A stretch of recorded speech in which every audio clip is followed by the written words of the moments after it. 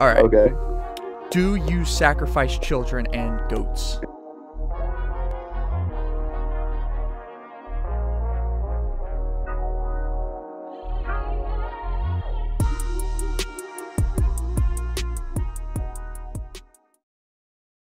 Let's see if this will work, because this has not been working for me. OBS and freaking Skype and recording software just doesn't work very well. I don't have any, like, particular questions, but one of the most obvious questions would be, when did you first hear about the Satanist temple, or when did you first hear about Satanism, and why were you attracted to it? First off, I want to introduce myself.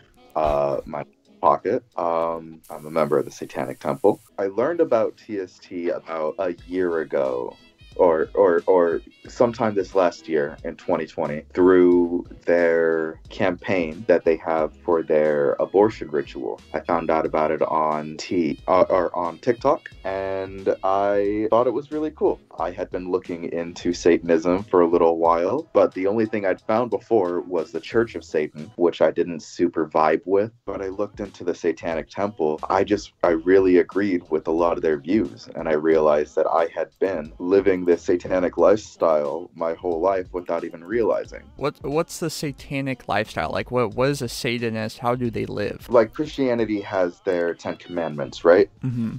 The Satanic Temple has what they call their 7 fundamental tenets. Be found on their website as well, and they are, I can read them off. They are as follows. 1. One should strive to act with compassion and empathy towards all creatures in accordance with reason. 2. The struggle for justice is an ongoing and necessary pursuit, one that should prevail over laws and institutions. 3. One's body is inviolable, subject to one's own will alone. 4. The freedoms of others should be respected, including the freedom to offend. To willfully and unjustly encroach upon others' freedoms is to forego one's own. 5. Beliefs should conform to one's best scientific understanding of the world. One should take care never to distort scientific facts to fit one's own beliefs.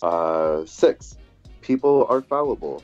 If one makes a mistake, one should do one's best to rectify it and resolve any harm that might have been caused. And 7, every tenet is a guiding principle designed to inspire nobility in action and thought. The spirit of compassion, wisdom, and justice should prevail over the written or spoken word. So, popular to contrary belief in some of the comments in the comment section, I actually did read over those things in my video, but because of time management, I wasn't actually able to put it in there. Ironically, though, when I read through some of those things, a lot of those beliefs are not only held by a lot of Americans, because some of those are actually depicted in our Constitution, but also Christianity, which I thought was kind of funny, because, you know, there's the belief that, you know, your body is your own and respecting one's body and et cetera, et cetera. But what is your belief about, you know, Christianity and religion being involved in government? Do you think it has a place there, or do you think that it just doesn't belong there at all? Oh, I absolutely do not believe that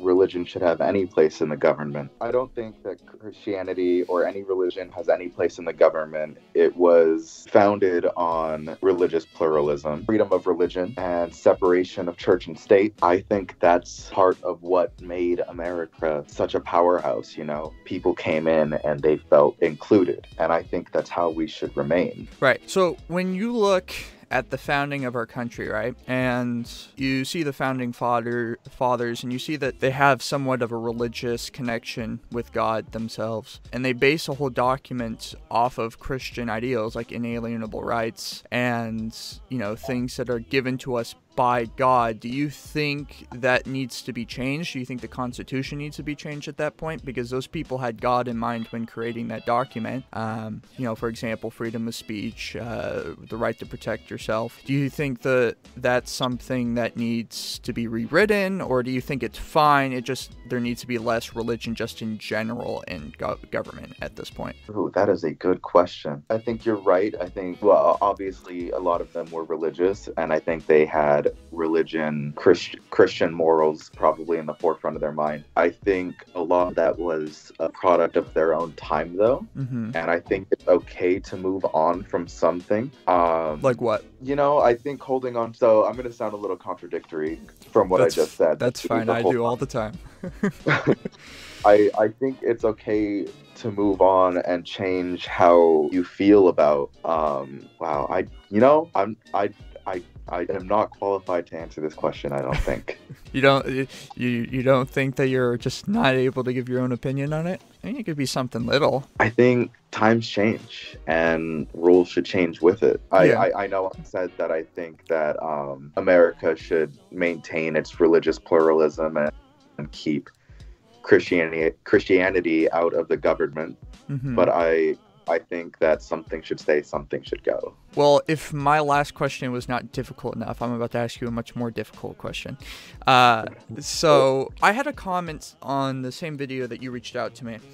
And yes. One of the comments was regarding, he first introduced himself by saying that I was right, but then also wrong. He said that it makes sense, yes, to have rights that are inalienable, but I pointed out then what makes those rights inalienable? Because if it's created by a human, right, what makes that human better than any other human? Because, as you said, Satanism is the equal level, I have no, of authority as every other human, because every human is created equal, and I to a certain extent believe that. What makes a right inalienable? Because that's the great thing about having, you know, this idea of Christianity or any other religion, is that these are rules that cannot be changed. Like, for example, I can't go to your house, find your house, and kill you right now. Why? Because that's incorrect. That's wrong in the eyes of God.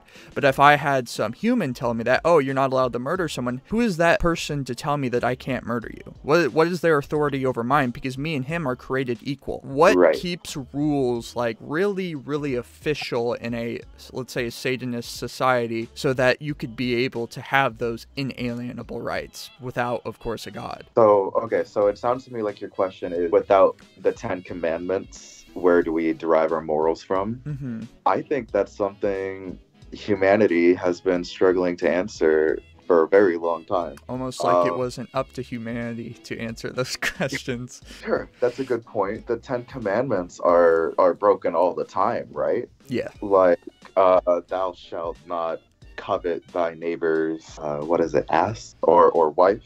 Yeah, wife. Coveting is a thought crime. If you think like, wow, I wish that person were mine, if you're jamming along to Jesse's girl, it's a sin. Great, you know. It's really hard to say, and that's another thing I don't think I'm quite qualified to give a thorough answer for. You know, yeah, wow, that one's a thinker. Yeah, because usually when it comes down to it, I'm obviously Christian, I have my beliefs, and, you know, I'm not one of those people. I have a friend who's very, very aggressive about his religious views, and I'm just not that kind of person. I don't like pushing it on other people, and I don't even always agree with the Pope, honestly. I do have quite a few conversations with those who don't have religious views. And one of the things they say is they think that people who have religious views are blinded from reality or blinded from science. Do you think that has some sort of truth to it? I think there are people who allow their religion to get in the way of what's clearly seen, you know? I know you're Christian, but I don't know like exactly what you believe in the Bible, and there are a lot of people who believe a lot of the stuff from the Old Testament, the flood or the plagues and impossible stuff, or the parting of the Red Seas, that could only be possible through God. Well, based on our current scientific understanding of the world, nothing like that could happen. And I get that the answer is, well, it was God. Well, so that's one of our tenets, right? Is belief should conform to one's best scientific understanding of the world. One should take care never to distort scientific facts to fit one's own beliefs. But of course, there are people who fit their scientific understanding of the world with their religion. Right. Like Isaac Newton. Darwin or Isaac Newton or Einstein. They were all religious people who found science and were able to fit it in with their worldview. So it really just depends on the person, I think. Okay, this is the most important question. Like, if I didn't have this question, people would get mad at me, okay? All right. Okay. Do you sacrifice children and goats?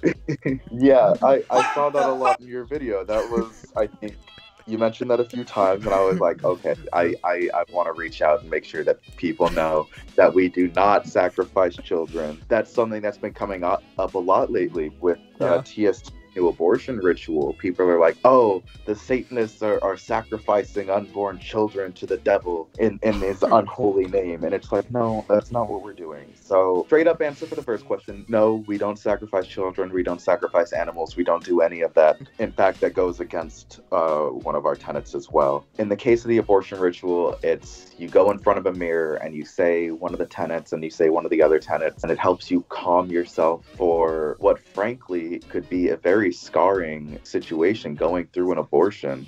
Mm-hmm. It's not an easy thing for any parent to come to lightly, you know. Yeah. So they go in front of the mirror, they tell themselves, my body is my own, what I'm doing is okay, I'm okay with this. You go, you have the abortion, and then you go back in front of the mirror and you tell yourself that what you did is okay, you're a good person. Basically, that's what it is, right? We don't believe in the devil. We would not sacrifice anything to the devil if we didn't believe in it, which we don't. I think that's all the good questions. Yeah. I think people are going to be a little more opened up and think that, you know, Satanists don't involve people being in robes and sacrificing goats and babies. And I really enjoyed my time today. I thought this was a lot more interesting than I thought it was going to be, because I thought I was dealing with a younger person, and I found out I was dealing with someone who's a little bit older and a little more sophisticated. So it was nice having this conversation. It was amazing. I love it. I'm glad to have been here. I really appreciate the opportunity. Yeah, it was awesome. Sounds good. Right. Thank you. Of course. Bye-bye. Bye. Nothing that interesting. No sacrificing goats. No sacrificing anything. But this is a great opportunity because, you know, a lot of people think that I am not someone who goes to other people to have conversations, and that's just not me. I enjoy meeting with people who have different opinions or been in different places. Again, like I explained, I have friends who have completely different opinions, and if you have a different opinion, if you are one of my friends or my subscribers and you would like to come on and have an interview, I would be more than willing to. Depending on the subject, I might go harder on you. I didn't feel like going too hard on this guy. I mean, I didn't really have plans to, but I asked questions that maybe were a little difficult, but he's not a spokesperson, so I can't say anything. He can't say much. So either way, I hope you guys enjoy it, and I will see you guys next time.